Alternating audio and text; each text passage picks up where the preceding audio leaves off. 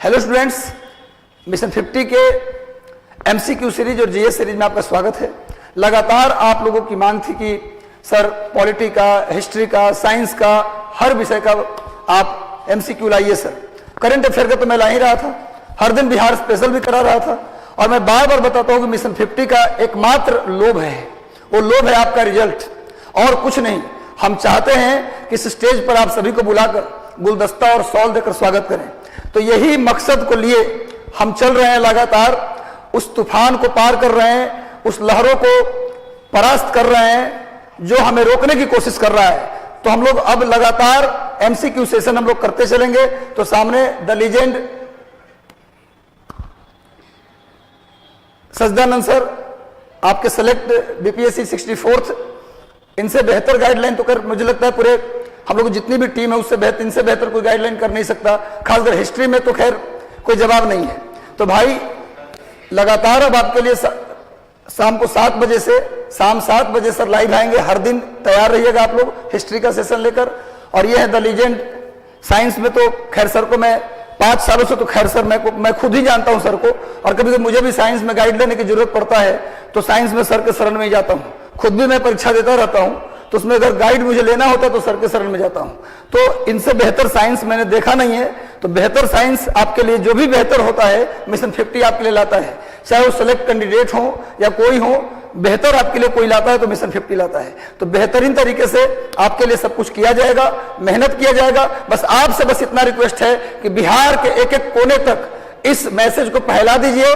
जहां जहां भी आपके संपर्क में बीपीएससी की तैयारी करने वाले या अन्य जो लोक सेवा आयोग है, जैसे उत्तर प्रदेश पीसीएस, संघ लोक सेवा आयोग, इन सभी परीक्षाओं को देने वाले जितने भी आपके मित्र हैं सब तक सेशन को शेयर कर दीजिए, ताकि हम इस चीज को और आगे बेहतरीन तरीके से कंटिन्यू कर सकें। तो चलिए, अभी आपका शाम को सेशन रहेगा, शाम 6 बजे से हर दिन बायोलॉजी का सेशन होगा, साइंस का पूरा सेशन होगा, और सजदानंद सर का हिस्ट्री का सेशन हर दिन शाम 7 बजे होगा।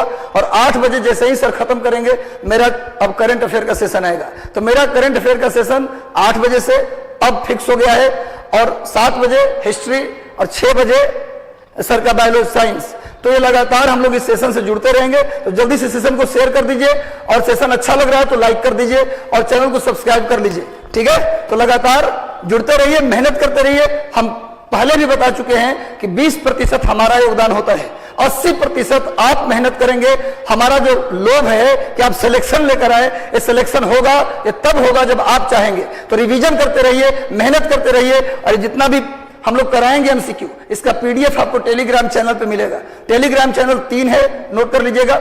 एक है doctor Ranjeet Kumar Singh sir IAS है, उनका टेलीग्राम चैनल है। मिशन 50 आईएएस का टेलीग्राम चैनल है, और एक मिशन आईएएस का टेलीग्राम चैनल है। ये तीनों चैनल से आप लोग जुड़ जाइए, सारा पीडीएफ वहां आपको मिल जाएगा। और जो भी डाउट होगा, सर लोग हैं, विशेषज्ञ लोग हैं, खुद सर सेलेक्ट हैं बीपीएससी में, कई बार रिजल्ट इनका हर एक आयोग में आ चुका है, बीपीएससी में फाइनलिस्ट सर ज्वाइन कर चुके हैं। तो इनसे बेहतर कौन गाइड करेगा। तो सर 7 बजे आएंगे, जो भी डाउट होगा कमेंट सेक्शन में आप पूछ सकते हैं। और सर साइंस में खैर अब सामने सर है, तब सर का सेशन शुरू होगा, तो आप एक बार साइंस का सेशन देखिए, और फिर हम मिलते हैं 8 बजे, ठीक है। तब तक के लिए धन्यवाद सर। साइंस का सेशन एक बार अच्छा बोलिए आप। सर के सेशन के बाद मैं आता हूं, तो पहले साइंस की क्लास एंजॉय कीजिए, इसके बाद हिस्ट्री में पूरा का पूरा मॉडर्न इंडिया एमसीक्यू फॉर्म में पूरा सिलेबस खत्म हो रहा है। ये पूरा का पूरा क्रैश कोर्स है, इसको आप लाइटली मत लीजिए। ये मत सोचिए कि केवल मैं ऑब्जेक्टिव करवा रहा हूं, मैं पूरा का पूरा सिलेबस बता रहा हूं। तो बस साइंस के बाद मिलते हैं, धन्यवाद।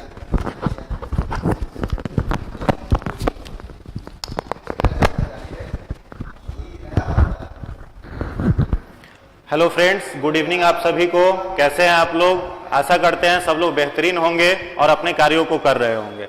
किसी भी चैलेंज को हैंडल करने के लिए सबसे पहले खुद को मजबूत करना पड़ता है, और अपने आप को मजबूत करने के लिए आपकी जो शिक्षा है, आपका जो एजुकेशन है, उसको आप जितना बेहतर करते हैं उतना आप आगे बढ़ते चले जाते हैं। जैसा कि सब लोग जान रहे हैं कि बीपीएससी परीक्षा के लिए साइंस का एक इंपॉर्टेंट रोल है, और कुल मिलाकर के 30 प्रश्न साइंस के रिसेंटली सारे बीपीएससी के एग्जाम में पूछे जा रहे हैं। तो एग्जाम में आपके कैसे प्रश्न पूछे जाते हैं, उन प्रश्नों पर हमें कार्य कैसे करना है, तो डेली हम लोग 30-30 क्वेश्चन प्रैक्टिस करेंगे और उस 30 क्वेश्चन से हम लोग और भी कई सारे क्वेश्चन तैयार कर लेंगे। क्वेश्चन तो रहेगा 30, लेकिन जहां तक हमें लगता है कि 60 से 65 क्वेश्चन प्रतिदिन हम लोग तैयार करेंगे। आप सब लोग जब क्वेश्चन देखना, सीरीज देखना शुरू करेंगे तो आपके हाथ में पेन और कॉपी होनी चाहिए, और जो जो आपको नया नया इंफॉर्मेशन मेरे इस साइंस के क्लास से आपको मिलेगा, उन सारे चीजों को आप कॉपी में नोट करते चले जाएंगे। फिर जब आप एग्जाम देने जाएंगे तो आपके पास एक बहुत परफेक्ट और बैलेंस नोट्स रहेगा, और उसे एक बार अगर आप केवल रिवाइज कर लेते हैं तो निश्चित मानिए, विश्वास मानिए, आपका रिजल्ट बहुत ही ज्यादा बेहतरीन होगा और आप एक रैंक होल्डर, एक स्कॉलर बनते चले जाएंगे। तो एक आज के सद्विचार के साथ अपनी बात को शुरू करते हैं। मुश्किलों से मोहब्बत है हमें, ए वक्त तू क्या टकराएगा, उठेंगे जब हाथ हमारे हर ख्वाब हकीकत बन जाएगा। आइए शुरू करते हैं आज का सेशन। मेरे मित्र, पहला क्वेश्चन आपके सामने लिखा गया है, निम्नलिखित में से कौन सी मूल भौतिक राशि है। आप लोग कमेंट बॉक्स में आंसर फटाफट अपना देते चले जाएंगे, सारे लोगों का आंसर हम पढ़ेंगे, और सेशन खत्म होने के बाद भी अगर जिनका हम नाम नहीं ले पाए या फिर क्लास जिनका हम कमेंट नहीं देख पाए, सेशन खत्म होने के बाद भी हम एक बार उनका पूरा का पूरा सबका कमेंट देखेंगे। इसलिए सारे क्वेश्चन को आप आंसर करेंगे और कमेंट बॉक्स में जो भी आंसर होगा वो आंसर आप लिखते चले जाएंगे। तो पहला क्वेश्चन आपके स्क्रीन पर है, निम्नलिखित में से कौन सी मूल भौतिक राशि है। ऑप्शन है बल, वेग, विद्युत धारा और कार्य। फटाफट आप लोग इसका आंसर लिखेंगे, फटाफट आंसर करिए। सारे लोगों का, कुछ लोगों का सी आ रहा है, कुछ लोगों का ए आ रहा है, सी और ए, कुछ लोग डी भी कह रहे हैं। गुड़िया Singh G D, UPSC Priya Sharma सी, सुमिता शंकर सी कह रहे हैं, आशा कुमारी सी, अधिकांश लोगों का सी आ रहा है। देखिए इसका राइट आंसर हो जाएगा सी। इस प्रश्न का जो राइट आंसर है वो राइट आंसर होगा सी, विद्युत धारा। विद्युत धारा का मतलब इलेक्ट्रिक करंट। देखिए इसमें जो लिखा हुआ है इंफॉर्मेशन, आपके एग्जाम में कई बार प्रश्न पूछता है कि निम्नलिखित में से कौन सी राशि जो है वो वेक्टर क्वांटिटी है और कौन सी स्केलर क्वांटिटी है। तो स्केलर और वेक्टर आप कैसे पहचानोगे। देखिए यहां पर जो राशि बल लिखा गया है ये कैसी क्वांटिटी हो जाएगी, वेक्टर क्वांटिटी हो जाएगी। वेक्टर क्वांटिटी उसे कहते हैं जिसमें मैग्नीट्यूड और डायरेक्शन दोनों दिया जाता है। मैग्नीट्यूड और डायरेक्शन जिस क्वांटिटी में दिया जाता है उस क्वांटिटी को हम लोग क्या कहते हैं, वेक्टर क्वांटिटी कहते हैं। वेग भी जो है जिसे इंग्लिश में हम लोग वेलोसिटी कहते हैं, वेलोसिटी में भी एक फिक्स डायरेक्शन और एक फिक्स मैग्नीट्यूड होता है, इसलिए ये भी कौन सी क्वांटिटी हो जाएगी, वेक्टर क्वांटिटी हो जाएगी। वहीं पर जो विद्युत धारा है, यह विद्युत धारा कैसी क्वांटिटी हो जाएगी, स्केलर हो जाएगी। वर्क भी कैसा क्वांटिटी हो जाएगा, स्केलर क्वांटिटी हो जाएगा। तो एक तो इंफॉर्मेशन आपको मिला वेक्टर और स्केलर क्वांटिटी क्या है। तो ध्यान देना है, जहां कहीं भी मैग्नीट्यूड और डायरेक्शन दोनों जिस क्वांटिटी में दिया हुआ रहे उसे हम लोग वेक्टर कहते हैं, और वहीं जहां पर केवल मैग्नीट्यूड की बात हो, डायरेक्शन डिफाइंड न हो, उसको हम लोग स्केलर क्वांटिटी कहते हैं। तो यहां पर प्रश्न खैर अलग है। क्वेश्चन है निम्नलिखित में से कौन सी मूल भौतिक राशि है। मूल भौतिक राशि वैसी राशि को कहते हैं जिसको डिफाइन करने के लिए दूसरी राशि की सहायता न लेनी पड़े। वो राशि जो हो वो कंप्लीटली इंडिपेंडेंट हो, किसी का सहारा नहीं लेना पड़े। जैसे आपका समय है, समय को हम लोग सेकंड में मेजर करते हैं। अब समय के सेकंड को डिराइव करने के लिए किसी और भौतिक राशि की सहायता नहीं ली जाती है, दैट्स वाई हम लोग कह सकते हैं कि वो भौतिक राशि है। तो इसका आंसर हो जाएगा सी, इलेक्ट्रिक करंट। जिन लोगों ने सी टिक किया है बिल्कुल ही सही आपका आंसर है। दूसरा क्वेश्चन आपके स्क्रीन पर है, निम्नलिखित में से कौन सी राशि सदिश राशि है। देख सदिश राशि नहीं है। जो अभी मैंने सदिश और अदिश, स्केलर और वेक्टर की बात की, वो क्वेश्चन आपके स्क्रीन पर है। फटाफट इसका आप लोग आंसर करेंगे। निम्नलिखित में से कौन सी सदिश राशि नहीं है। ऑप्शन है विस्थापन, वेग, बल, आयतन। विस्थापन, वेग, बल और आयतन। इसका आंसर आप बताइए, कौन सी राशि सदिश नहीं है। यहां पर कौन सी राशि जो है वो सदिश नहीं है। कौन सी राशि निम्नलिखित में से सदिश नहीं है। सदिश को हम लोग यहां पर पॉजिटिव ना करके सदिश को हम लोग कहेंगे वेक्टर। सदिश को हम लोग कहते हैं वेक्टर क्वांटिटी। तो इनमें से अगर वेक्टर क्वांटिटी आपको बताना हो तो अभी मैंने वेक्टर का जिक्र किया, किसे कहेंगे, जिसमें मैग्नीट्यूड और डायरेक्शन दोनों हो। तो देखिए विस्थापन जो है डिस्प्लेसमेंट, डिस्प्लेसमेंट में डायरेक्शन जो होगा वो हमेशा फिक्स होगा। डिस्प्लेसमेंट किसे कहते हैं, ये बेसिक इंफॉर्मेशन है जो आप लोगों ने 8 और 9th में पढ़ा होगा। अगर कोई बॉडी है वो पॉइंट ए से चलना शुरू की और यहां पर पॉइंट बी पर आती है, और मान लो इसने 10 किलोमीटर का दूरी तय किया, अब पॉइंट बी से अगर वो पॉइंट सी पर जाती है और इसने 5 किलोमीटर दूरी तय किया, तो अगर आपसे पूछा जाए कि इसने कितना डिस्टेंस कवर किया, तो आप क्या कहोगे? 15 किलोमीटर। लेकिन अगर डिस्प्लेसमेंट की बात की जाए तो डिस्प्लेसमेंट किसे कहा जाता है? Shortest distance between 2 point. दो बिंदुओं के बीच में, दो दूरियों के बीच में सबसे कम जो दूरी होता है उसको हम लोग क्या कहते हैं? डिस्प्लेसमेंट कहते हैं। तो अगर ए और सी को इस तरीके से कोई वस्तु अगर चल करके पार कर दे, तो इससे जो डिस्टेंस इसका होगा वो हमेशा कम होगा, और ये होगा आपका डिस्प्लेसमेंट। तो प्रश्न पूछ रहा है कि निम्नलिखित में से कौन सी सदिश राशि नहीं है? तो डिस्प्लेसमेंट जो है ये कैसा क्वांटिटी है? तो आप देख रहे हैं कि इसका डायरेक्शन ऑलवेज फिक्स है, तो ये तो आपका आंसर होगा, डिस्प्लेसमेंट होगा। वेग को कहते हैं हम लोग वेलोसिटी, तो वेलोसिटी में भी डायरेक्शन और मैग्नीट्यूड दोनों है, फोर्स में भी है, वॉल्यूम में भी है। तो इसका राइट आंसर क्या हो जाएगा? इसका राइट आंसर हो जाएगा ई। जिन लोगों ने ई ऑप्शन दिया है उन लोगों का सही है, जिन लोगों ने ई ऑप्शन टिक करा है उनका आंसर सही है। आइए तीसरे क्वेश्चन की ओर बढ़ते हैं। थर्ड क्वेश्चन है हम लोगों के स्क्रीन पर, निम्नलिखित में से कौन सी अदिश राशि है? निम्नलिखित में से कौन सी अदिश, वो वेक्टर क्वांटिटी पूछ रहा था, और यहां पर किस क्वांटिटी की बात है? Scalar quantity. इसमें आपको बताना है स्केलर क्वांटिटी इनमें से कौन है? अदिश राशि। अब स्केलर क्वांटिटी किसे हम लोग कहते हैं? जिसमें केवल मैग्नीट्यूड हो, डायरेक्शन नहीं हो, केवल आपको देखना है इसमें मैग्नीट्यूड। थोड़ा सा आप कॉमन सेंस लगाएंगे, आप सही आंसर पर पहुंच जाएंगे। चलिए हम कमेंट एक बार पढ़ते हैं, फटाफट आप लोग कमेंट में बताते जाइए। कनक प्रकाश कह रहे हैं B, Manisha Bharatiya A, Amarnath E, Preeti Jaiswal B, Vimlesh Kumar D, Amit Kumar D, B answer भी आ रहा है, बहुत लोगों का बी आ रहा है, डी आ रहा है, ई भी आ रहा है। कंफ्यूज हैं बहुत सारे लोग इसमें। नॉर्मली आप सोच करके बनाइए, आपका आंसर बन जाएगा। देखो बल जो है फोर्स, इसमें मैग्नीट्यूड और डायरेक्शन दोनों होगा, तो मैग्नीट्यूड और डायरेक्शन जब यहां पर दोनों है तो ये तो आंसर होगा नहीं, इसका आंसर अदिश हो जाएगा।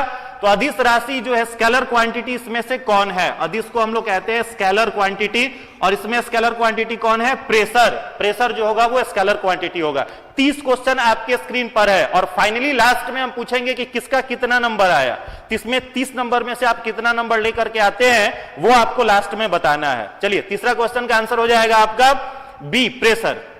आइए नेक्स्ट क्वेश्चन की ओर।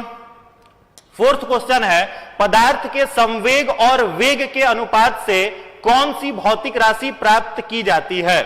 पदार्थ के संवेग जिसे हम लोग मोमेंटम कहते हैं, और वेग, मोमेंटम को हम लोग पी से डिनोट करते हैं। तो प्रश्न है आपका संवेग जिसे पी से डिनोट करा जाता है, और वेग मतलब आपका हो गया वेलोसिटी। तो इन दोनों के अनुपात से, इन दोनों के रेशियो से कौन सी भौतिक राशि प्राप्त की जाती है? आंसर आने लगा, सी आंसर आ रहा है बहुत सारे लोगों का। अमित कुमार सी कह रहे हैं, अविनाश सतीन सी, मोहम्मद रिजवान का सी आ रहा है, प्रिया सिंह सी कह रही हैं, नूतन कुमार सी कह रहे हैं, अभय कुमार दास मास, सुमंत कुमार सी, आलोक कुमार सी। चलिए इसका आंसर हम लोग देखते हैं। निम्नलिखित में से प्रश्न कह रहा है which physical quantity is obtained from the ratio of momentum and velocity of matter. तो इसका सही आंसर जो होगा वो राइट आंसर इसका हो जाएगा मास। राइट आंसर जो हो जाएगा वो होगा मास। अब कई बार आपके दिमाग में क्वेश्चन आ रहा होगा कि मोमेंटम क्या है, मोमेंटम किसे कहा जाता है? तो देखिए सिंपली अगर हम लोग समझे, मान लो एक कोई दीवार है, उस दीवार पर आप एक 100 ग्राम का पत्थर लेते हैं, ईंट लेते हैं, और उस दीवार पर चला करके फेंकते हैं, और उसी दीवार पर आप 1 केजी का एक ईंट उठाइए और फेंकिए। ज्यादा संभावना होगी कि 1 केजी वाला जो आपका ईंट है वो दीवार को ज्यादा क्षति पहुंचाएगा, उसको तोड़ देगा, कांच की दीवार को तोड़ देगा। लेकिन वही 100 ग्राम के ईंट को आप लीजिए और उसके स्पीड को आप 10 गुना बढ़ा दीजिए, 10 गुना अधिक वेलोसिटी के साथ फेंकिए, तो 1 ग्राम और 10 ग्राम का ईंट उस दीवार पर बराबर चोट करेगा। इसका मतलब हम कह सकते हैं कि मोमेंटम जो है, जिसे हम लोग अभी क्या कह रहे थे हिंदी में, संवेग और वेग, संवेग और वेग दोनों के बीच में कुछ ना कुछ तो रिलेशन है, और इन दोनों के रिलेशन से क्या फाइंड आउट करा जाता है? तो बॉडी का मास फाइंड आउट करा जाता है। अब मास में और वेट में कई बार आप थोड़ा सा कंफ्यूज्ड होते होंगे, तो 2 मिनट इसको हम लोग डिस्कस करते हैं। मास किसे कहा जाता है और वेट किसे कहा जाता है? तो देखिए, मास जो होता है वो धरती पर आप कहीं पर भी चले जाइए, हर जगह पर कांस्टेंट होता है। जैसे अगर पूछा जाए कि हमारे बॉडी का मास क्या है, तो ये मास जो है वो internal volume of the body is called मास। शरीर के अंदर का जो पूरा का पूरा वॉल्यूम है, शरीर के अंदर kidney, liver, pancreas, gall bladder, ये सारी चीजें हैं, इसे हम लोग मास कहेंगे। लेकिन उन मास के चलते हमारे बॉडी का एक वेट डिफाइन है, जो कि 60 किलो, 62 किलो, 70 किलो जो भी हो सकता है। मास जो होता है ये हर जगह पर वही रहेगा। जैसे अगर आपको हम चांद पर भेज दें और पूछे कि आपके बॉडी का मास कितना है, तो अगर आप धरती पर 60 किलो के हो तो चांद पर भी 60 किलो के रहोगे। लेकिन अगर आपसे कहे कि चांद पर अगर आप जा रहे हो तो आपके बॉडी का वेट क्या होगा, तो ये वेट हर जगह पर वेरिएबल होता है। हर जगह पर ये वेट जो होता है वो चेंज होते रहता है। अब वेट चेंज होता है ये समझिएगा। मास जो होता है ये हर जगह पर कैसा होगा? फिक्स्ड होगा। और वेट जो होगा वो हर जगह पर क्या होगा? वेरिएबल होगा। यानी acceleration due to gravity, gravity के ऊपर बॉडी का वेट जो होता है, गुरुत्वाकर्षण के ऊपर बॉडी का वेट जो होता है वो डिपेंड करता है। अब चंद्रमा जो है वो अपनी पृथ्वी से कितना गुना छोटा है? तो 6 गुना ज्यादा छोटा है। अगर कोई बॉडी 60 किलो का है पृथ्वी पर और इसे हमने भेज दिया चंद्रमा पर और ये चंद्रमा पर चला जाएगा, तो इस बॉडी का वेट कितना हो जाएगा? इस बॉडी का वेट हो जाएगा g/6। और स्मॉल g जिसे एक्सेलरेशन ड्यू टू ग्रेविटी कहते हैं, इसका मान आप लोग जान रहे होंगे 9.8 मीटर पर सेकेंड। तो इस बॉडी का वेट चंद्रमा पर कितना हो जाएगा जो धरती पर 60 किलो का है? तो 60/6 हो जाएगा। यानी ये बॉडी कितने केजी की रह जाएगी? मात्र 10 किलो की चंद्रमा पर जाकर के रह जाएगी। तो वेट जो होगा वो ग्रेविटी के ऊपर डिपेंड करेगा, जबकि मास ग्रेविटी पर डिपेंड नहीं करता है। तो ये इंफॉर्मेशन भी आप लोग लिख लेंगे। मास कैसी क्वांटिटी? फिक्स। वेट कैसी क्वांटिटी? वेरिएबल। मास और पूछा जाए कैसी क्वांटिटी है, तो आप इसको क्या कह सकते हैं? स्केलर। कैसी क्वांटिटी है? स्केलर। इसमें कोई डायरेक्शन फिक्स नहीं होता है, केवल इसका मैग्नीट्यूड रहता है। और वहीं पर वेट जो है ये कैसी क्वांटिटी हो जाएगी? वेक्टर। इसका दोनों इसका डायरेक्शन भी फिक्स होगा और मैग्नीट्यूड भी फिक्स होगा। तो 3-4 इंफॉर्मेशन यहां से निकल करके आया। मास ऑलवेज फिक्स रहेगा, वेट जो होगा वो ग्रेविटी के अनुसार वेरी करेगा। वहीं पर कोई बॉडी अगर सूर्य पर चला जाए, जो कि जाना पॉसिबल नहीं है, तो उस बॉडी का वेट सूर्य पर कितना हो जाता है जी? 27 × g, यानी 27 गुना अधिक हो जाएगा। ठीक है, तो ग्रेविटेशन के ऊपर यह डिपेंड करता है। चलिए नेक्स्ट क्वेश्चन की ओर आते हैं। 5वां क्वेश्चन। जितने भी प्रश्न हम करा रहे हैं ये अलग अलग स्टेट पीसीएस में आए हैं। प्रीवियस ईयर जब आप साइंस का क्वेश्चन सॉल्व करोगे तो ये सारे क्वेश्चन मिलेंगे। चलो पहले अगला क्वेश्चन है, 1 किलोमीटर दूरी का तात्पर्य है। निम्नलिखित में से क्या आंसर होगा? 1 किलोमीटर दूरी का क्या तात्पर्य है? 100 metre, 1000 centimetre, 1000 metre and 100 centimetre. फटाफट कमेंट बॉक्स में आंसर दीजिए। आंसर आने लगा। प्रीति जायसवाल 1000 मीटर, प्रिया सिंह सी आ रहा है, Bachchan Dev C, Priya Singh C, Sawan Kumar 1000 metre, Smita Kumari C आ रहा है, मनोहर यादव सी, अधिक गुड़िया कुमारी सी, श्वेता सिंह सी। बहुत सारे लोगों का सी आंसर आ रहा है 1000 मीटर, जो कि सही आंसर भी है। इस क्वेश्चन में कोई खास कॉन्सेप्ट नहीं है। क्लास 5वीं 6ठी में ये क्वेश्चन आप लोग पढ़े होंगे। सी इज द राइट आंसर। इसका आंसर जो है वो सी बिल्कुल ही सही है। निम्नलिखित में से सभी इसका आंसर हो जाएगा। चलिए नेक्स्ट क्वेश्चन देखते हैं। Question number 6। आर्द्रता किस उपकरण से मापी जाती है? आर्द्रता जिसे ह्यूमिडिटी कहते हैं is measured through which instrument? Which instrument is used to measure humidity of the atmosphere? Option है हाइड्रोमीटर, ऑप्शन बी है हाइग्रोमीटर, ऑप्शन सी है पायरोमीटर और ऑप्शन डी है लैक्टोमीटर। फटाफट आंसर करेंगे। क्वेश्चन नंबर 6 का आंसर फटाफट कमेंट बॉक्स में डालते रहिए। आर्द्रता जो है ये किस उपकरण के द्वारा मापा जाता है? तो इसका राइट आंसर जो होगा वो हो जाएगा हाइग्रोमीटर। इसका राइट आंसर क्या हो जाएगा? B, hygrometer. राइट आंसर इसका होगा बी, हाइग्रोमीटर।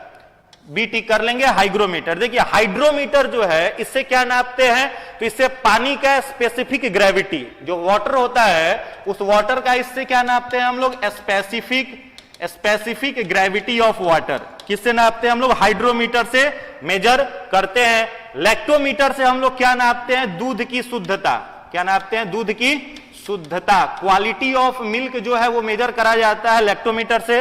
वहीं पर हाइग्रोमीटर जो है वो आपका आर्द्रता नापने के लिए, ह्यूमिडिटी नापने के लिए उपयोग में लाया जाता है। चलिए नेक्स्ट क्वेश्चन देखते हैं, क्वेश्चन नंबर 7। प्रकाश वर्ष मात्रक है, कई बार रिपीटेड क्वेश्चन है। प्रकाश वर्ष लिखा हुआ रहता है तो स्टूडेंट कंफ्यूज होते हैं और प्रकाश का मात्रक प्रकाश वर्ष होता है ऐसा सोचते हैं। तो चलिए इसका आंसर आप करेंगे। क्वेश्चन नंबर 7, प्रकाश वर्ष किसका मात्रक है? प्रकाश वर्ष किसका मात्रक है? तो इसका राइट आंसर क्या हो जाएगा? बोलिए, राइट आंसर क्या होगा? प्रकाश वर्ष किसका मात्रक है? तो दूरी का।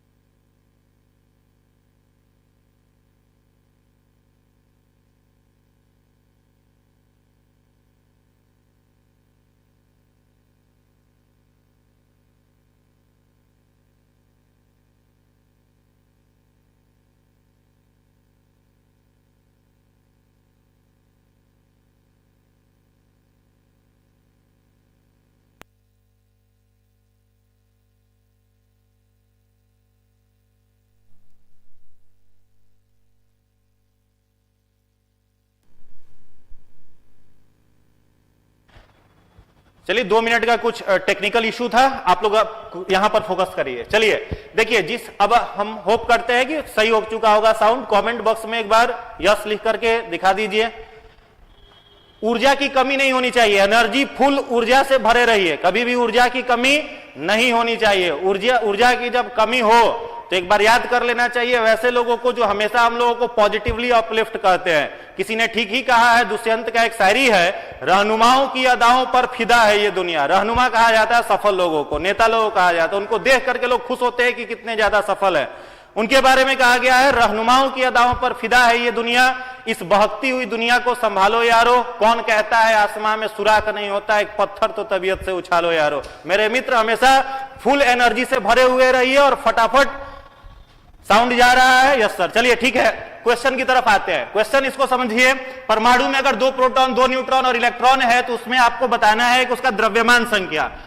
ये मान लो कोई एक एटम है, तो एटम जो है इसके बाहर में अलग अलग कक्षाएं होती हैं, ये एटम की अलग अलग कक्षाएं हैं, और इस एटम के सेंटर पर क्या पाया जाता है, तो ये हो गया इसका न्यूक्लियस।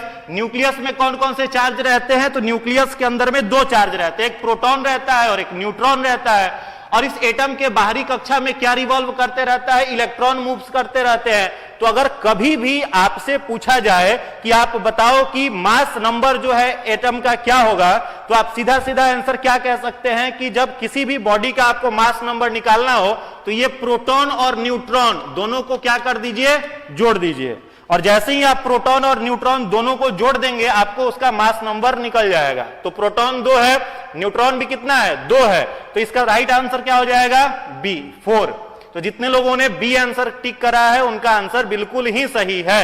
चलिए अगला क्वेश्चन है, एक तत्व में इलेक्ट्रॉन और न्यूट्रॉन की संख्या 18 तथा 20 है। कोई एक एलिमेंट है उसमें इलेक्ट्रॉन और न्यूट्रॉन 18 और 20 है, तो इस तत्व का द्रव्यमान संख्या बताइए। द्रव्यमान संख्या आपको बताना है, फटाफट आप लोग इसका आंसर करेंगे। द्रव्यमान संख्या इसका क्या होगा, उस एटम का मास नंबर आपको बताना है। मास नंबर क्या होगा, मास नंबर के बारे में बताइए। देखिए मास नंबर हम लोग कैसे निकालते हैं, तो एलिमेंट का जो टोटल नंबर ऑफ न्यूट्रॉन होता है वह उस एटम का मास नंबर होता है, यानी total number of neutron is equal to mass number of the element. तो यहां पर न्यूट्रॉन की संख्या कितना दे रहा है जी, 20 दे रहा है, तो सीधा सीधा आपको क्या टिक कर देना है, 20 is the right answer. Neutron की जो संख्या होगी वही उस एटम का मास नंबर होगा। चलिए अगले प्रश्न पर आते हैं, क्वेश्चन नंबर 10। कोई तत्व है जिसे हम लोग x मान रहे हैं, मान लो यहां पर कोई एक एटम है जिसको हम लोगों ने क्या माना है, x माना है, और इसकी बाह्यतम कक्षा में 4 इलेक्ट्रॉन है।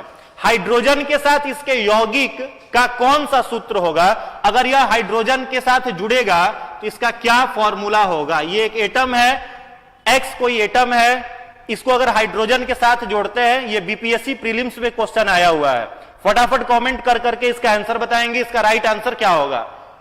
तो क्वेश्चन नंबर 10 का जो राइट आंसर होगा वो होगा XH4। हाइड्रोजन के साथ अगर इसे जोड़ेंगे तो हाइड्रोजन पर उसका एटॉमिक नंबर हम लोगों को शो करना पड़ेगा, तो आंसर हो जाएगा XH4। चलिए नेक्स्ट क्वेश्चन है, क्वेश्चन नंबर 11 देखिए, निम्न तत्वों में से किसमें न्यूट्रॉन नहीं होता है। बहुत ही अच्छा क्वेश्चन है, इसमें आपको बताना है इसमें से किसमें न्यूट्रॉन नहीं होता है।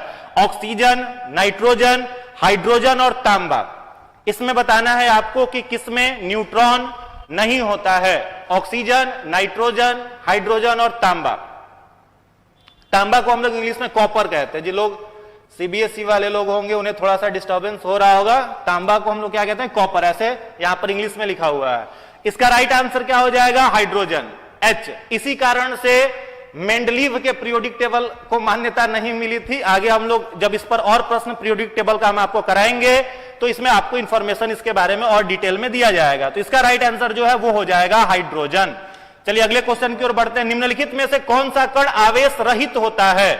निम्नलिखित में से कौन सा कण आवेश रहित होता है जिसमें कोई चार्ज नहीं होता। कौन से कण जो होता है जिसमें कोई चार्ज नहीं होता है, चार्जलेस होता है। तो बिल्कुल ही इसका आंसर जो लोग गलत कर रहे होंगे, बहुत बड़ा अपराध कर रहे हैं, जिसे ब्लंडर कहा जाएगा, उतना बड़ा अपराध नहीं करिए। देखो 3 प्रकार के कॉन्स्टिट्यूएंट्स जो होते हैं वो एक एटम के अंदर पाए जाते हैं। पहला क्या होता है, प्रोटॉन होता है, इलेक्ट्रॉन होता है, और तीसरा जो होता है वो क्या होता है, न्यूट्रॉन होता है। ठीक है, तो प्रोटॉन हमेशा कैसा चार्ज होता है, तो पॉजिटिव चार्ज होता है। इलेक्ट्रॉन आउटर ऑर्बिट में, आउटर सेल में पाया जाता है, बाहरी कक्षा में पाया जाता है, जो कि निगेटिवली चार्ज होता है। वहीं पर न्यूट्रॉन जो होता है वो नो चार्ज रहता है, यानी यहां पर कोई चार्ज नहीं है। तो इसका राइट आंसर क्या हो जाएगा, सी, न्यूट्रॉन। जिन लोगों ने सी करा है ठीक, उनका आंसर बिल्कुल ही सही है। चलिए अगला क्वेश्चन है, प्लूटोनियम न्यूक्लिलाइड P एटॉमिक मास इसका हो गया 94, एटॉमिक नंबर हो गया, एटॉमिक मास हो गया 242, एटॉमिक नंबर 94 के नाभिक में न्यूट्रॉन की संख्या बतानी है। न्यूट्रॉन की संख्या आपको यहां पर बताना है कि इसका टोटल नंबर ऑफ न्यूट्रॉन क्या होगा। चलिए निकिता कुमारी सर, हम लोगों पे ध्यान नहीं देते हैं, बिल्कुल ध्यान दे रहे हैं, सबका कमेंट हम पढ़ेंगे। इतने तेजी से कमेंट इसमें आ रहा है कि सबका कमेंट थोड़ा दिक्कत हो रहा है पढ़ने में। आनंद नीतू का ए आ रहा है, प्रणव कृष्णा डी। चलिए फटाफट आंसर आने लगा, बी बी बी लगातार आ रहा है। सर दिख नहीं रहा है, क्यों नहीं दिख रहा है जी? मोबाइल का आप बढ़ाइए, वो जो क्वालिटी है उसको जूम करिए और बढ़ाइए क्वालिटी को। चलिए आंसर आने लगा, बी आंसर अधिकांश लोगों का आ रहा है। चलिए बी आंसर बहुत सारे स्टूडेंट का आ रहा है 148। जो लोगों का कमेंट बाकी है वो लोग फटाफट कमेंट करके बताएंगे कि इस क्वेश्चन का राइट आंसर जो है वो क्या होगा।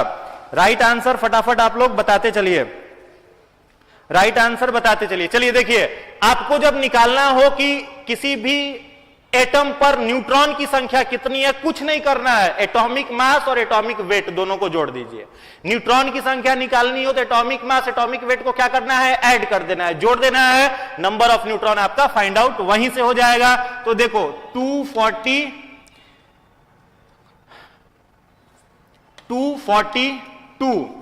एंड 94, इसको आपको ऐड कर देना है। तो ये हो गया 6, यहां हो जाएगा आपका 4 और ये हो जाएगा 2। तो आंसर क्या हो जाएगा 148। 148 जो है इसका राइट आंसर है। चलिए अगला क्वेश्चन देखते हैं। एक परमाणु के केंद्र पर घनावेशित हिस्सा क्या कहलाता है? घनावेशित मतलब पॉजिटिव चार्ज, जो थोड़ी देर पहले मैंने अभी जिक्र करा, 2 मिनट पहले जस्ट हमने इसका जिक्र किया है। किसी भी स्टूडेंट का आंसर गलत नहीं होना चाहिए, किन्हीं स्टूडेंट का आंसर गलत नहीं होना चाहिए। देखो प्रोटॉन जो होता है घनावेशित मतलब पॉजिटिव, तो प्रोटॉन जो होता है ये न्यूक्लियस के अंदर में होता है। प्रोटॉन और न्यूट्रॉन एटम के न्यूक्लियस के अंदर में रहते हैं। प्रोटॉन पर कैसा चार्ज? तो हमेशा पॉजिटिव चार्ज। इलेक्ट्रॉन पर कैसा चार्ज? Negative charge. और न्यूट्रॉन जो होता है यह कैसा होगा? तो न्यूट्रॉन होता है चार्जलेस, यहां पर कोई चार्ज एग्जिस्ट नहीं करेगा। दैट्स वाई इसका राइट आंसर क्या हो जाएगा? प्रोटॉन। चलिए अगला क्वेश्चन देखते हैं। क्वेश्चन नंबर 15, निम्नलिखित में से कौन सा इलेक्ट्रॉनिक संरूपण धातु तत्वों के लिए होता है? अगर किसी भी मेटल को आपको दिया जाए और पूछा जाए आपसे कि उस मेटल का इलेक्ट्रॉनिक कॉन्फ़िगरेशन बताइए, उस मेटल का इलेक्ट्रॉनिक कॉन्फ़िगरेशन बताइए, तो आउटर ऑर्बिट में क्या आएगा? जैसे ये समझो, जैसे मान लो ये आपका कोई सोडियम है, ठीक है, मान लो यहां पर क्या है? सोडियम है। तो आप जान रहे हैं कि एटॉमिक नंबर 11। अब पूछा जाए कि इसका इलेक्ट्रॉनिक कॉन्फ़िगरेशन बताइए, तो इलेक्ट्रॉनिक कॉन्फ़िगरेशन आपको बताना है। तो आप जान रहे हो सबसे नजदीक में K, L सब ऑर्बिट जो होते हैं, फिर M होता है, फिर N होता है, ऐसे कर करके ऑर्बिट्स होते हैं। तो आपको बताना है कि आउटर ऑर्बिट पर इलेक्ट्रॉन की संख्या कितनी होगी। फटाफट कमेंट करके आप लोग आंसर इसका बताते चलिए, फटाफट कमेंट करके इसका आंसर बताते चलिए। पूछा जा रहा है निम्नलिखित में से कौन सा इलेक्ट्रॉनिक संरूपण धातु के लिए होता है? धातु का मतलब मेटल के लिए होता है। चलिए देखिए, किसी भी एटम के अगर आउटर ऑर्बिट पर, किसी भी एटम के आउटर ऑर्बिट पर अगर 4 से कम इलेक्ट्रॉन की संख्या होगी तो वो क्या होगा? धातु होगा। और 4 से अगर अधिक रहेगा तो वो क्या हो जाएगा? अधातु हो जाएगा। 4 से कम रहा तो धातु और 4 से अधिक रहा तो अधातु हो जाएगा। जैसे यहां पर क्या है? सोडियम, तो कितना लिखा हुआ है? एटॉमिक नंबर 11, तो कितना होगा? 2, 8 और 10 हो गया और 1, तो 4 से कम है, इसका मतलब ये क्या हो गया? धातु हो गया। दूसरा, अगर वो अधातु होगा, वैसे ही मान लो इसके साथ क्या है? Cl, chlorine, Cl, atomic number कितना? 17। अब इसका इलेक्ट्रॉनिक कॉन्फ़िगरेशन आपसे पूछा जाए तो आप क्या कहेंगे? 2, 8, 7 कहेंगे। तो 7 जो है वो इलेक्ट्रॉनिक कॉन्फ़िगरेशन 4 से अधिक है। दैट्स वाई क्लोरीन जो हो गया वो क्या हो जाएगा? नॉन मेटल हो जाएगा। कोई दिक्कत की नहीं को? कोई दिक्कत नहीं, बहुत अच्छी बात है। तो इसका अगर राइट आंसर आपसे पूछा जाए तो देखो यहां 8 है तो 4 से अधिक है, 7 है वो भी 4 से अधिक है, फिर 8 आ गया 4 से अधिक है, 4 से कम ऑप्शन वाला केवल क्या है? तो यहां पर 2 है। तो आंसर राइट क्या हो जाएगा? D is the right answer. चलिए क्वेश्चन नंबर 16 पर हम लोग आते हैं। जीव विज्ञान के पिता किन्हें कहा जाता है? Who is known as father of biology? चलिए एक बार कमेंट हम फटाफट पढ़ रहे हैं, फटाफट आप लोग आंसर दीजिए। सुशील कुमार डी, MD जाकी अनवर डी, सावन कुमार डी, आनंद नीतू डी आ रहा है, स्तुति कुमारी B, Akhilesh Kumar B, Sushil Kumar, Archana Kumari B, Aristotle answer आ रहा है। चलिए बिल्कुल बिल्कुल बिल्कुल ही सही जवाब है। जीव विज्ञान का जनक किसे कहा जाता है? तो चलिए इसका राइट आंसर क्या हो जाएगा? अरस्तु। राइट आंसर इसका जो होगा वो हो जाएगा अरस्तु। अरस्तु को हम लोग क्या कहते हैं? जीव विज्ञान का जनक। अरस्तु को हम लोग कहते हैं जीव विज्ञान का जनक। अगर आपसे पूछा जाए who is known as father of biology, तो फादर जो है वो बायोलॉजी के किसे कहा जाता है? अरस्तु को। एरिस्टोटल, अंग्रेजी में एरिस्टोटल लिखते हैं, हिंदी में पढ़ते अरस्तु है। चलो एक क्वेश्चन हम आपको अपनी तरफ से दे रहा है, फटाफट कमेंट में आंसर बताइए। Who is known as father of zoology? जंतु विज्ञान के जनक कौन है? Who is known as father of zoology? जंतु विज्ञान के जनक। चलिए कमेंट में एक दूसरा क्वेश्चन आपको हमने दिया है, जंतु विज्ञान के जनक, जंतु विज्ञान के जनक कौन है? टाइप करना होगा, फटाफट टाइप करिए। एरिस्टोटल आंसर आने लगा। एरिस्टोटल कुछ लोग कह रहे हैं सेम। लैमार्क नहीं जी, लैमार्क नहीं, अरस्तु सही आंसर है। अरस्तु अरस्तु अरस्तु, बिल्कुल बिल्कुल। लैमार्क, अरस्तु, एरिस्टोटल। लैमार्क और एरिस्टोटल में लोग कंफ्यूज हो रहे हैं। हमने क्वेश्चन पूछा जूलॉजी के जनक किसे कहा जाता है, तो फादर ऑफ बायोलॉजी और father of zoology, father of biology and father of zoology एक ही वैज्ञानिक को कहा जाता है, जिन्हें हम लोग अरस्तु या एरिस्टोटल कहते हैं। ठीक है। अगर आपसे एक और क्वेश्चन हम यहां पर पूछते हैं, लैमार्क जो हैं इनका बायोलॉजी में क्या कंट्रीब्यूशन रहा है, तो लैमार्क ने कई चीजें दी। चलो एक क्वेश्चन आप बताओ, who gave the term biology? Question हमने पूछा है who gave the term biology. फटाफट कमेंट्स बॉक्स में आंसर बताइए। बायोलॉजी शब्द किसने दिया? बायोलॉजी शब्द किसने दिया? बोथ आर सेम, बिल्कुल बिल्कुल। टुनटुन कुमार कह रहे हैं both are same. Pranav Krishna, Lamarck botany. Lamarck botany के नहीं थे। प्रणव कृष्णा लैमार्क बोटनी के नहीं थे, बोटनी के कोई और थे, आगे बताएंगे, थियोफ्रेस्टर। चलिए, तो दो वैज्ञानिकों ने बायोलॉजी शब्द दिया था, एक का नाम था लैमार्क और एक का नाम था ट्रेवेरिनस। दो नाम आपको याद रखना है। बायोलॉजी जूलॉजी के फादर अरस्तु, लैमार्क और ट्रेवेरिनस। लैमार्क और ट्रेवेरिनस, इन दो वैज्ञानिकों ने मिलकर के कौन सा वर्ड दिया था? बायोलॉजी। पूछा जाए biology word was given by या क्वाइंड बाय, तो आप कहेंगे लैमार्क या ट्रेवेरिनस का नाम आपको बताना है। चलिए आगे बढ़ते हैं। तो इसका राइट आंसर बी है, अरस्तु, एरिस्टोटल। क्वेश्चन नंबर 17 पे आ जाइए। निम्नलिखित में से प्रथम जीव की उत्पत्ति हुई थी, सबसे पहले लाइफ कहां आया था? लाइफ का ओरिजिन क्या है? धरती पर जीवन सबसे पहले कहां आया है? पृथ्वी पर, हवा में, जल में, किसी अन्य ग्रह पर? प्रथम जीव की उत्पत्ति कहां हुई थी? पहला जीव धरती पर कहां आया था, यह आपको बताना है। पृथ्वी पर, हवा में, जल में, किसी अन्य ग्रह पर। तो इसका राइट आंसर जो होगा वो राइट आंसर आपका हो जाएगा क्या? क्या हो जाएगा? जल में, पानी में। जीवन की उत्पत्ति सबसे पहले कहां पर हुई थी? तो पानी के अंदर हुई थी। एक अगला क्वेश्चन हम अपनी तरफ से आपको दे रहे हैं। जो क्वेश्चन हम अपनी तरफ से आपको दे रहे हैं वो ज्यादा इंपॉर्टेंट है। ये तो है ही, साथ में वो क्वेश्चन भी इंपॉर्टेंट है, इसलिए कॉपी और पेन लेकर के बैठिएगा, उसको नोट जरूर कर लेंगे, या फिर बाद में आप वीडियो देख करके उन सारे क्वेश्चन को आपको लिखना होगा। चलिए, फिर आपका स्कोर ऑटोमेटिक 30 में 30 साइंस में गारंटी, 30 में 30 साइंस में गारंटी आपका सही कर लेंगे अगर आप लगातार सीरीज देख रहे हैं, लगातार आप मेहनत कर रहे हैं हमारे साथ। तो प्रथम जीव की उत्पत्ति कहां हुई थी? पानी में। क्वेश्चन था मेरा कि कौन सा जीव धरती पर सबसे पहले आया था, तो कुछ चीज आपके पास इंफॉर्मेशन होना चाहिए कि धरती, पृथ्वी का निर्माण अभी कितना वर्ष पूर्व हुआ, तो 4.5 अरब साल पहले क्या बना? पृथ्वी बना। और पृथ्वी पर जीवन कितना वर्ष पहले आया? तो पृथ्वी पर जीवन आया आज से 4 अरब साल पहले। और सबसे पहला जो जीव धरती पर आया था उस जीव को हम लोग कहते हैं नील हरित शैवाल। धरती पर आने वाला सबसे पहला जीव नील हरित शैवाल।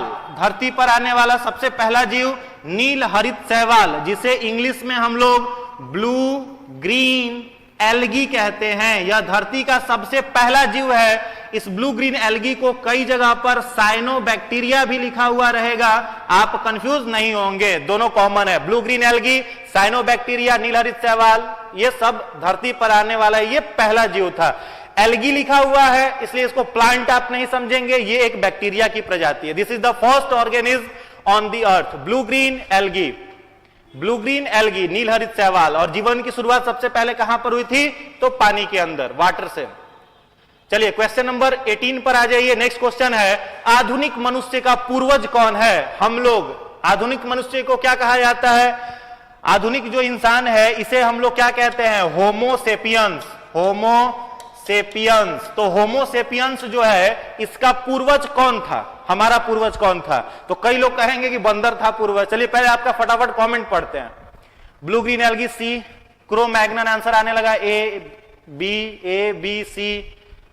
सारा ऑप्शन तो आप लोग दे ही दे रहे हैं, ए बी सी तीनों लिख दे रहे हैं। चलिए विकास कुमार बी।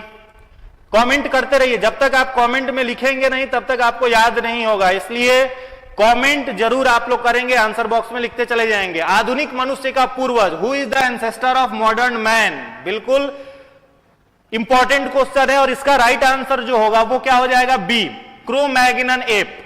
इसका राइट आंसर जो हो जाएगा वो क्या हो जाएगा? Cro Magnon ape is the right answer. आधुनिक जो मनुष्य है उसका पूर्वज क्रो मैग्नन एप था, एक लंगूर की प्रजाति थी जिसको क्रो मैग्नन एप कहा जाता था। वही लंगूर जो है वो कन्वर्ट होकर के इंसान में बदल गया, यानी हम आप लंगूर थे पहले, यही था। क्रो मैग्नन मनुष्य लिखा हुआ है, यहां पर मनुष्य की जगह अगर एप लगा दिया जाए, लंगूर की एक प्रजाति, तो और सही कहा जाएगा। हम लोग लंगूर से कन्वर्ट होते होते इंसान के रूप में जो है वो धीरे धीरे बदले हैं। एक क्वेश्चन मेरी तरफ से है, उसका आंसर आप लोग फटाफट करेंगे। हाथी का पूर्वज कौन था? मनुष्य का पूर्वज तो पता चल गया आपको, क्रो मैग्नन एप। मनुष्य का पूर्वज क्रो मैग्नन एप। मेरा क्वेश्चन है हाथी का पूर्वज कौन था? Who is the ancestor of elephant? फटाफट कमेंट करके आंसर बताइए। हाथी का पूर्वज, हाथी का पूर्वज कौन था? कविता गुप्ता कह रही है मैमथ। मिथिलेश कुमार ठाकुर मैमथ। Good evening Pooja Kumari. जितने लोग गुड इवनिंग कह रहे हैं सबका इवनिंग गुड हो। चलिए फटाफट मैमथ, मैमथ राइट आंसर आ रहा है। स्टेगोडॉन, अंकिता सिंह राजपूत कह रहे स्टेगोडॉन, नहीं स्टेगोडॉन नहीं था, मैमथ, मैमथ। फटाफट आंसर आने लगा, सारे लोग एक साथ कह रहे हैं मैमथ, और मैमथ बिल्कुल ही सही आंसर है। आधुनिक मनुष्य का पूर्वज तो क्रो मैग्नन एप था, लेकिन जिनको नहीं पता हो वो लोग ये इंफॉर्मेशन नोट कर लें कॉपी में, एग्जाम के लिए बहुत ही इंपॉर्टेंट है। एलिफेंट का जो पूर्वज है वो कौन था? मैमथ। हाथी का पूर्वज मैमथ। चलिए अगला क्वेश्चन, क्वेश्चन नंबर 19। जीव की उत्पत्ति जीव से ही होती है, यह कथन किसका था? जीव की उत्पत्ति जीव से ही होती है, यह कथन किसका था? जीव की उत्पत्ति जीव से ही होती है, यह कथन किसका था? लुईस पास्चर का, वॉन हेलमांट का, रॉबर्ट हुक का, या ओपेरिन का? चलिए फटाफट आंसर। जीव की उत्पत्ति जीव से ही होती है, जीव की उत्पत्ति जीव से ही होती है, यह कथन किसका था? किसने इस बात को कहा था? किसने इस बात को कहा था? चलिए फटाफट इसका आप लोग आंसर देते जाइए, फटाफट ठीक है, इसका आंसर देते जाइए। तो इसका राइट आंसर जो हो जाएगा, लुईस पास्चर जो थे उन्होंने नहीं करा था, किसने किया था? जो लोग लुईस पास्चर कह रहे हैं उनका आंसर बिल्कुल ही गलत है, इतना ज्यादा मिस्टेक नहीं चलेगा। इसका राइट आंसर क्या हो जाएगा? ओपेरिन। राइट आंसर क्या हो जाएगा? ओपेरिन। कुछ इंफॉर्मेशन हम आपको और दे रहे हैं। अगर आप पूछा जाए आपसे कि प्रकाश संश्लेषण के बारे में बताने वाले वैज्ञानिक कौन थे, ठीक है, पौधे जो होते हैं वो अपना भोजन किस विधि के द्वारा बनाते हैं? प्रकाश संश्लेषण, जिसे फोटोसिंथेसिस कहते हैं। लाइट एनर्जी को वो केमिकल एनर्जी में बदल लेते हैं, और प्रकाश संश्लेषण के लिए 4 चीजें चाहिए, चारों में से एक भी एब्सेंट, पौधे खाना नहीं बना पाएंगे। क्या क्या होता है? सबसे पहले उन्हें क्या चाहिए? कार्बन डाइऑक्साइड चाहिए, जो वायुमंडल में 0.03% है, वो मिल गया। दूसरा प्लांट को क्या चाहिए? तो पत्तियों में होता है क्लोरोफिल, उसकी सहायता से खाना बनाएंगे। तीसरा उनको क्या चाहिए? सूर्य का प्रकाश, जो वायुमंडल में मिल जाता है। और चौथा चाहिए वाटर और मिनरल, जो जड़ से पौधे जाइलम उत्तक के द्वारा प्राप्त कर लेते हैं। तो जब जल और खनिज लवण, कार्बन डाइऑक्साइड, क्लोरोफिल, ये सारी चीजें जब पौधे को मिल जाती है, carbon dioxide, chlorophyll, sunlight, water and mineral, जब ये चारों चीज पौधा को मिल जाएगा तो वो अपना खाना बनाएगा, जिसे फोटोसिंथेसिस कहते हैं, और फोटोसिंथेसिस में ग्लूकोज बनाएगा। ये बात किसने बताया था? वान हेलमांट ने बताया था। वहीं पर लुईस पास्चर जो है, इन्होंने बहुत ही प्रसिद्ध टीके की खोज की थी, उस टीका का नाम बताइए। चलिए मेरा क्वेश्चन है आपसे कि लुईस पास्चर ने किस टीके की खोज की थी? विच vaccine was invented bye Lewis pasture? फटाफट कमेंट करके आंसर बताइए। लुईस पास्चर ने किस टीके की खोज की थी? चलिए फोटोसिंथेसिस जो है वो उसका खोज किया था वाल्ट हेल्टमैन ने, बिल्कुल सही है। किस टीके की खोज की थी लुईस पास्चर ने? चेचक का टीका कुछ लोग कह रहे हैं, गलत है, चेचक नहीं होगा जी। हाँ, जो लोग रैबीज कह रहे हैं बिल्कुल ही सही आंसर है, जो लोग रैबीज कह रहे हैं बिल्कुल ही सही आंसर है। रैबीज के टीके की खोज, rabies vaccine was invented bye Lewis pasture. अब एक क्वेश्चन है, बताओ रेबीज जो है वो किस वायरस से होता है? वायरस से होता है, सबको पता है। यह वायरस जो है वो जानवरों के लार में पाया जाता है, सलाइवा में पाया जाता है। जो कुत्ते हैं या चमगादड़ हैं या फिर जो आपके जंगली जानवर है जैसे गीदड़ है, इन सबके सलाइवा में, लार में एक वायरस रहता है। जब ये जानवर किसी को काट लेते हैं तो वो वायरस उनके शरीर में प्रवेश कर जाता है। वो वायरस का नाम बताओ। Which virus rabies is caused by which virus? किस वायरस के द्वारा रेबीज नामक रोग होता है? चलो फटाफट आंसर में, रेब्डो वायरस। रेब्डो वायरस आंसर आने लगा, बिल्कुल सही आंसर है। लुइस पास्टर ने रेबीज के टीके की खोज की थी और वायरस जिससे रेबीज होता है उस वायरस का नाम है रेब्डो वायरस। वायरस का नाम हो जाएगा रेब्डो। रेब्डो वायरस, इससे कौन सी बीमारी होती है? रेबीज बीमारी। फटाफट आप लोग को अगर ये सेशन अच्छा लग रहा है तो एक बार शेयर कर दे, आपके जितने भी फ्रेंड्स हैं, और मुश्किल से 10 क्वेश्चन आपको बचा हुआ है और गारंटी 10 क्वेश्चन से आपका हम 40 क्वेश्चन और तैयार करा देंगे। 40 क्वेश्चन अगर आप लगातार सीरियस होकर के कॉपी पेन लेकर के मेरी इंफॉर्मेशन को लिखते रह रहे हैं तो फ्रेंड्स निश्चिंत रहिएगा, बीपीएससी में आपका कोई प्रश्न नहीं छूटने वाला है, कंफर्म। ठीक है, तो एक बार चैनल को आप जो लोग नए होंगे वो लोग सब्सक्राइब कर लेंगे, शेयर तो सारे लोग कर ही दे, और एक बार अगर अच्छा लग रहा है तो लाइक जरूर कर दीजिए, चैनल को, वीडियो को लाइक जरूर कर दीजिए। चलिए, जीव की उत्पत्ति जीव से होती है, यह कथन किसका था? तो आंसर हो गया ऑपेरिन। हेलमांड ने किसका खोज किया? प्रकाश संश्लेषण का। लुइस पास्टर ने रेबीज के टीके की खोज की थी। रेबीज जो होता है रेब्डो वायरस से होता है। अब चलो एक और क्वेश्चन है, who is known as father of cell? Father of cell, कोशिका विज्ञान के जनक किसे कहा जाता है? क्वेश्चन है मेरा, कोशिका विज्ञान का जनक किसे कहा जाता है? हाँ, 67, 68 सारे बीपीएससी के लिए, अभी 67 जिन लोगों को देना है उनके लिए ज्यादा इंपॉर्टेंट है। चलिए, ये रेगुलर आएगा सीरीज, बिल्कुल बिल्कुल ये सीरीज आपका रेगुलर आपको मिलेगा। रॉबर्ट हुक, चलिए वेरी गुड वेरी गुड। जो लोग रॉबर्ट हुक लिख रहे हैं फटाफट आंसर आ रहा है, एकदम मन खुश हो गया। चलो, रॉबर्ट हुक ने जो थे इन्हें कहा जाता है फादर ऑफ साइटोलॉजी। कोशिका विज्ञान के जनक किन्हें कहा जाता है? रॉबर्ट हुक को, बिल्कुल सही आंसर है। अब बताओ रॉबर्ट हुक कैसा सेल खोजे थे? डेड सेल खोजे थे या लिविंग सेल? रॉबर्ट हुक ने डेड सेल खोजा था या लिविंग सेल? कैसा सेल खोजा था? तो डेड सेल खोजा था। सेल का क्या नाम था? Cork cambium. कॉर्क कैम्बियम नामक डेड सेल की खोज किसने की थी? रॉबर्ट हुक ने की थी। तो dead cell was invented by Robert Hooke. एक और क्वेश्चन बताओ, लिविंग सेल की खोज किसने की थी? जीवित सेल, जीवित कोशिका की खोज किसने की थी? फटाफट कमेंट करके आंसर बताइए।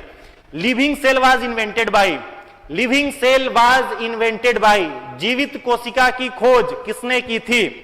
जीवित कोशिका की खोज किसने की थी? इसका आंसर फटाफट आप बताइए। Living cell was invented by, living cell was invented by. तो मृत कोशिका रॉबर्ट हुक, जीवित कोशिका लीवेनहॉक, जीवित कोशिका लीवेनहॉक, फटाफट इसको नोट कर लीजिए। और वो लीवेनहॉक ने जीवित कोशिका को क्या करा था? खोजा था। चलिए अगला क्वेश्चन देखते हैं, क्वेश्चन नंबर 20। नेक्स्ट क्वेश्चन है, जीवों में अत्यधिक विविधता का क्या कारण है? धरती पर इतने अलग अलग प्रकार के जीव हैं, उनकी इस विविधता का क्या कारण है? जीवों में विविधता का क्या कारण है? धरती पर इतना जो डाइवर्सिटी है, इसका क्या कारण है? लीवेनहॉक सही है। चलिए, विविधता का क्या कारण है? म्यूटेशन, म्यूटेशन, उत्परिवर्तनवाद जो है वो विविधता का कारण है, म्यूटेशन। ठीक है, और थ्योरी ऑफ म्यूटेशन किसने दिया था? एक प्रश्न और अगर आपसे पूछा जाए कि म्यूटेशन का सिद्धांत किसने दिया था, तो आपको याद रखना है म्यूटेशन का जो थ्योरी था वो देने वाले वैज्ञानिक का नाम है ह्यूगो डी व्रिज। एक वैज्ञानिक थे जिनका नाम था ह्यूगो डी व्रिज। इन्होंने उत्परिवर्तनवाद का सिद्धांत दिया था।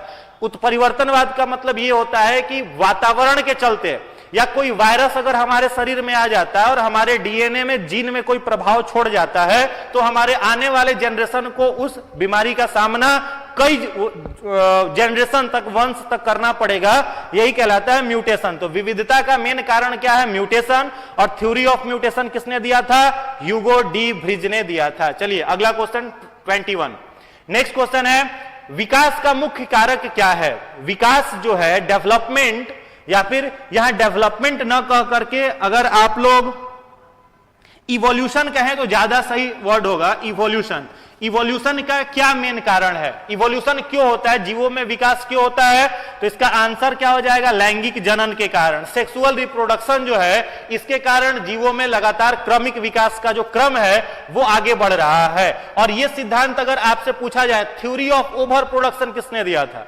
थ्योरी ऑफ ओवर प्रोडक्शन का सिद्धांत किसने दिया था? तो एक वैज्ञानिक का नाम निकल करके आता है जिनका नाम था चार्ल्स डार्विन। इन्होंने कहा था कि धरती पर अगर सारे जीवों के पास संतान उत्पन्न करने की प्रचुर क्षमता होती है और जितना संतान उत्पन्न करेंगे उनकी प्रजाति जो होगी उतनी बची हुई रहेगी।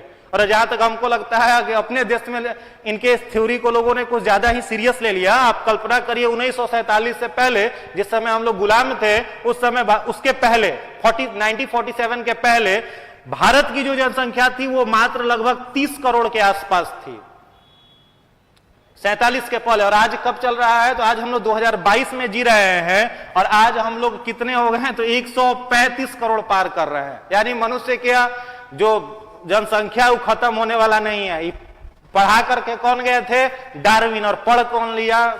भारत का लोग। बिहारी भी पढ़ा खूब अच्छे से। चलो, इसका आंसर हो जाएगा लैंगिक जलन। नेक्स्ट क्वेश्चन है 22, विकास का क्या कारक है? क्वेश्चन डिफरेंट है, कॉमन नहीं है। विकास का क्या कारण है? विकास का क्या कारण है, इसका आंसर बताइए। तो देखो, इसका राइट आंसर हो जाएगा, विकास का जो मेन कारण है वो हो जाएगा पीढ़ी दर पीढ़ी अनुकूलन। सॉरी, इसका राइट आंसर क्या हो जाएगा? वंशागति।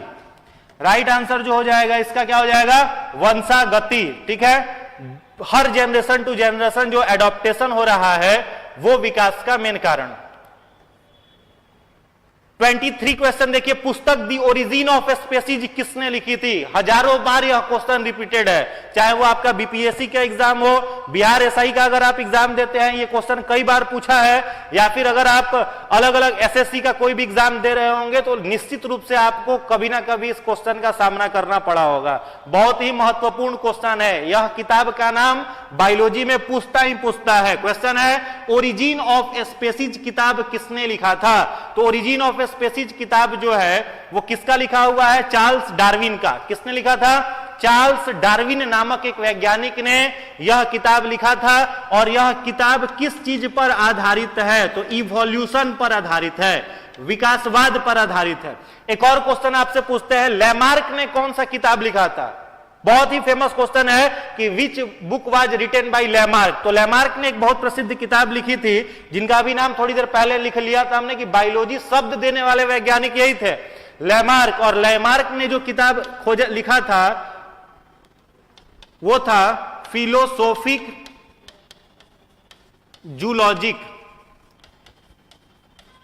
फिलोसॉफिक जूलॉजिक नामक किताब जो है, फिलोसोफी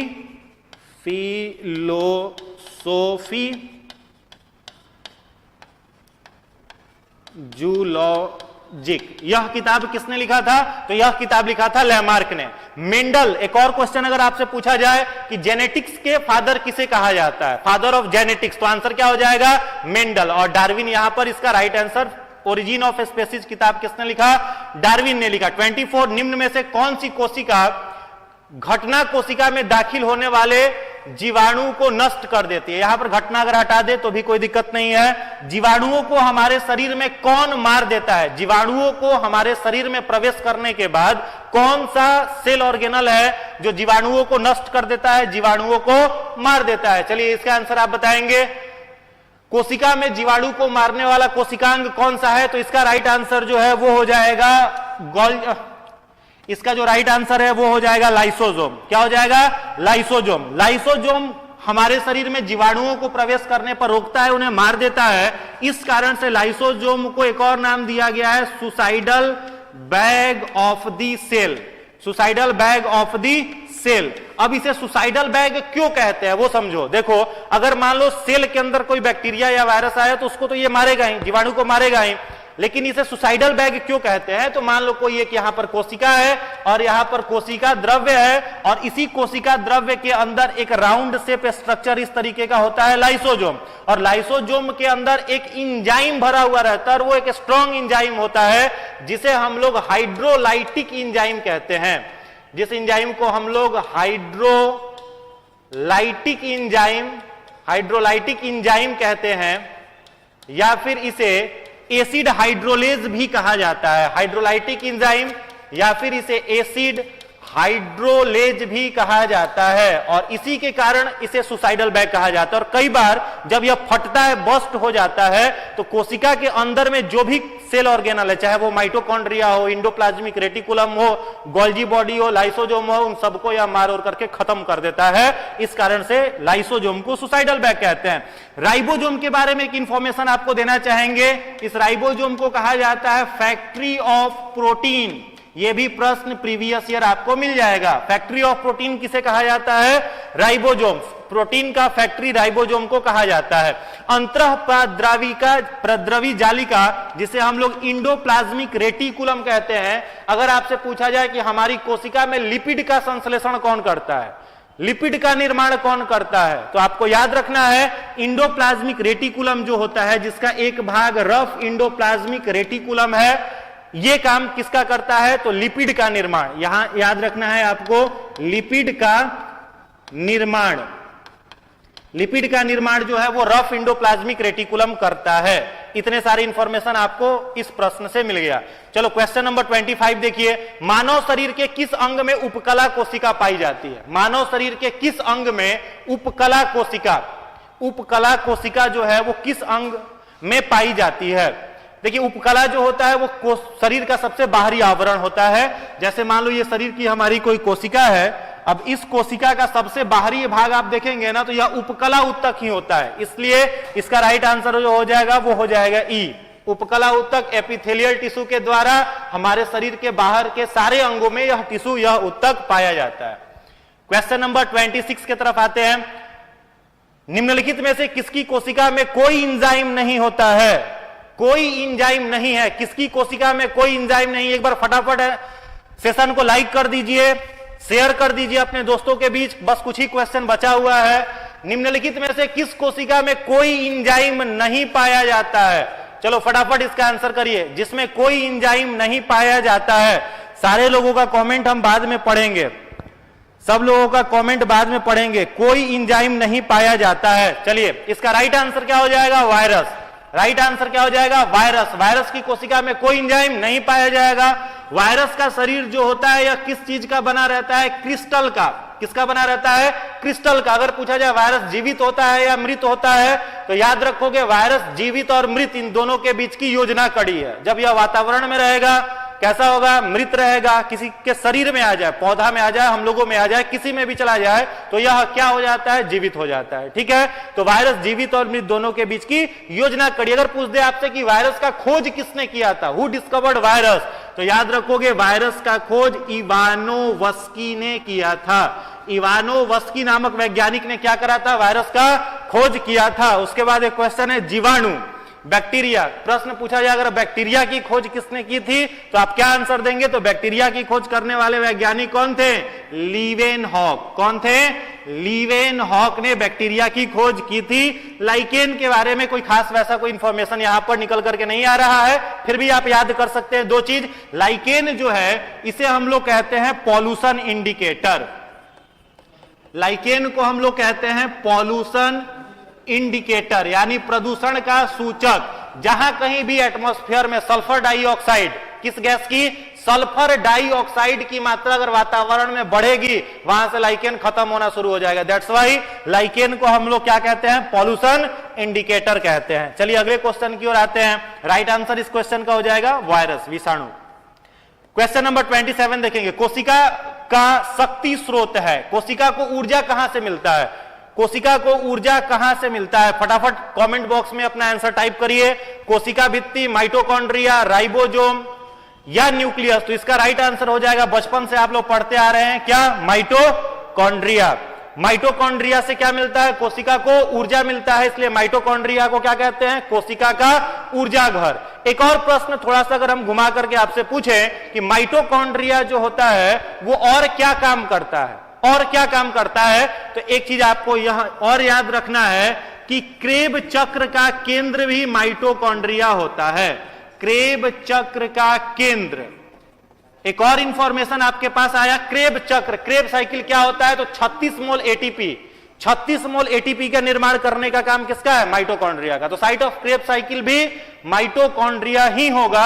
अगर एक और क्वेश्चन यहां से माइटोकॉन्ड्रिया से निकल करके आ सकता है कि कोशिका में श्वसन कहां से होता है, सेल के अंदर रेस्पिरेशन कहां से होता है, तो सेल अपना रेस्पिरेशन भी माइटोकॉन्ड्रिया से करता है। That's why mitochondria is called power house of the cell. Nucleus जो है पूछा जाए किसकी खोज किसने की थी, तो एक वैज्ञानिक थे जिनका नाम था रॉबर्ट ब्राउन। क्या नाम था? Robert brown. इन्होंने न्यूक्लियस केंद्रक की खोज की थी।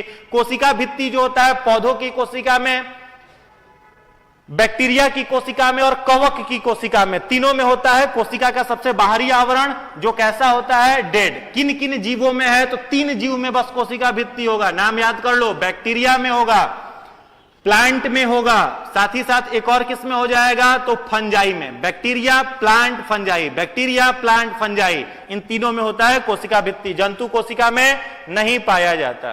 क्वेश्चन नंबर 28 की तरफ आते हैं। 28 है, हड्डियों की पढ़ाई के विज्ञान की शाखा किसके अंतर्गत आती है? हड्डियों की पढ़ाई, फटाफट कमेंट में, ये 65th बीपीएससी में पूछा हुआ क्वेश्चन है। 65th बीपीएससी में पूछा हुआ क्वेश्चन है, हड्डियों की पढ़ाई किसमें की जाती है? हड्डियों की पढ़ाई निम्नलिखित में से, हड्डियों की पढ़ाई निम्नलिखित में से किसमें किया जाता है? चलिए, इसका राइट आंसर क्या हो जाएगा? इसका राइट आंसर क्या हो जाएगा? ऑस्टियोलॉजी। राइट आंसर क्या हो जाएगा इसका? ऑस्टियोलॉजी में हम लोग किसका स्टडी करते हैं? बोन का, स्टडी ऑफ बोन। अगर आपसे पूछा जाए जूलॉजी में किसका स्टडी किया जाता है, तो जूलॉजी में याद रखना है आपको, जंतुओं का अध्ययन जूलॉजी कहलाता है। ओरोलॉजी अगर पूछा जाए किसका अध्ययन है, तो माउंटेन्स का। माउंटेन जो होता है, पहाड़ पठार पर्वतों का अध्ययन जो है वो किसमें किया जाता है? ओरोलॉजी में। जूलॉजी में जंतु का, ऑस्टियोलॉजी में हड्डी का, और सेरोलॉजी जो है यह सीरम का अध्ययन कराता है। हमारे रक्त में, प्लाज्मा में सीरम पाया जाता है, उस सीरम का अध्ययन हो जाएगा सेरोलॉजी में। चलिए, यहां से आपका 4 क्वेश्चन और तैयार हुआ। क्वेश्चन नंबर 29, डीएनए की खोज किसने की थी? Who discovered DNA? फटाफट कमेंट करके आंसर बताइए। डीएनए की खोज किसने की थी? डीएनए की खोज किसने की थी? Who discovered DNA? James Watson and Francis Crick, Gregor Mendel, Johannsen, Hargobind Khorana. DNA की खोज किसने की थी? डीएनए की खोज किसने की थी? देखिए, डीएनए की खोज करने वाले जो वैज्ञानिक थे, डीएनए की खोज करने वाले जो वैज्ञानिक थे, उनका नाम था फेडरिक मीसर। क्या नाम था? फेडरिक मीसर, जो कि इस ऑप्शन में नहीं है। ठीक है, बीपीएससी का यह क्वेश्चन बहुत ही ज्यादा इस पर हो हल्ला हुआ था कि ये क्वेश्चन आपने पूछ दिया है, लेकिन इसका राइट आंसर किसी को मालूम नहीं था। बीपीएससी ने जिस आंसर को कहा था वो क्या कहा था? जोहानसन का नाम बीपीएससी ने कहा था। तो इसी को बॉस इज ऑलवेज राइट मान लेते हैं। जोहानसन जो है इसका क्या हो जाएगा? Right answer. जेम्स वाटसन और क्रिक का नाम कई बार आता है। इन दोनों को नोबेल प्राइज मिला था इस डीएनए में। और वाटसन और क्रिक ने क्या बताया था? डीएनए का डबल हेलिकल मॉडल। क्या बताया था? डबल हेलिकल मॉडल जो डीएनए का होता है वो बताने वाले वैज्ञानिक कौन थे? वाटसन और क्रिक। अगर पूछा जाए आपसे कि वाटसन एंड क्रिक ने क्या दिया था? Double helical model of DNA. DNA आप देखेंगे तो ऐसे 2 धागा रहता है, आपस में इस तरीके का लपटा हुआ रहता है। ये डीएनए का डबल हेलिकल मॉडल है। इसी को बताया था वाटसन और क्रिक ने। तो राइट आंसर इसका हो जाएगा जोहानसन। ग्रेगर मेंडल, जिन्हें फादर ऑफ जेनेटिक्स कहा जाता है। हरगोविंद खुराना का भी कंट्रीब्यूशन है डीएनए में। क्या था? तो हरगोविंद खुराना ने डीएनए में बताया था प्रोटीन सिंथेसिस के बारे में। डीएनए जो है वो प्रोटीन सिंथेसिस करता है, प्रोटीन का संश्लेषण, प्रोटीन का निर्माण करता है। कौन? डीएनए। ये किसने बताया था? हरगोविंद खुराना। 4 इंफॉर्मेशन आपको मिला। वाटसन और Crick double helical model of DNA बताए थे। जोहानसन डीएनए का खोज करा था। ग्रेगर जॉन मेंडल अनुवांशिकी के जनक माने जाते हैं। हरगोविंद खुराना प्रोटीन सिंथेसिस के बारे में बताया था कि डीएनए जो है वो प्रोटीन सिंथेसिस करता है। क्वेश्चन नंबर 30 और लास्ट। एक बार सारे लोग सेशन को लाइक कर दीजिए और उसके बाद इसका आंसर सब लोग दीजिए फटाफट। लास्ट क्वेश्चन है, अंत भला तो सब भला। फटाफट सारे लोगों का आंसर आना चाहिए। जीव कोशिका में अनुवांशिक लक्षणों के नियंत्रण में निम्नलिखित में से कौन सा उत्तरदायी है? एंजाइम, हार्मोन, डीएनए और आरएनए। जीव कोशिका के बारे में पूछ रहा है, अनुवांशिक लक्षण का नियंत्रण कौन करता है? तो मेरे मित्र इसका राइट आंसर जो होगा वो क्या हो जाएगा? DNA. Right answer is DNA. चलिए, जितने लोगों ने डीएनए दिया है, डीएनए लिखा है, उन लोगों का सबका क्या है? राइट आंसर है, सही आंसर है। डीएनए जो होता है वो अनुवांशिक लक्षणों पर कार्य करता है। एक और इंफॉर्मेशन आपको देना चाहेंगे, क्वेश्चन पूछेगा वायरस का अनुवांशिक वाला मामला क्या है, तो वायरस का जो अनुवांशिक होता है वो क्या होता है, आरएनए। और किन दो वायरस का, तो दो वायरस का नाम आपको याद रखना है, एक वायरस है टीएमवी टोबैको मोजाइक वायरस, और एक वायरस है HIV human immuno deficiency virus. HIV human immuno deficiency virus मनुष्य में होता है और टीएमवी तंबाकू के पौधे में लगता है, और दोनों का अनुवांशिक पदार्थ क्या होता है, तो आरएनए होता है, जिस कारण से अभी तक इनका उपचार नहीं मिल पाया है। और टीएमवी और एचआईवी दोनों एक ही वायरस के फैमिली के सदस्य हैं, जिस वायरस को कहा जाता है रेट्रो वायरस। क्या कहते हैं, रेट्रो वायरस। तो ये क्वेश्चन था। अब कितना नंबर आपको आया इस 30 नंबर में, फटाफट आप लोग कमेंट में लिख करके बता देंगे कि आपको कितना नंबर इस पूरे के पूरे टेस्ट में आया। कमेंट करके फटाफट लिख देंगे।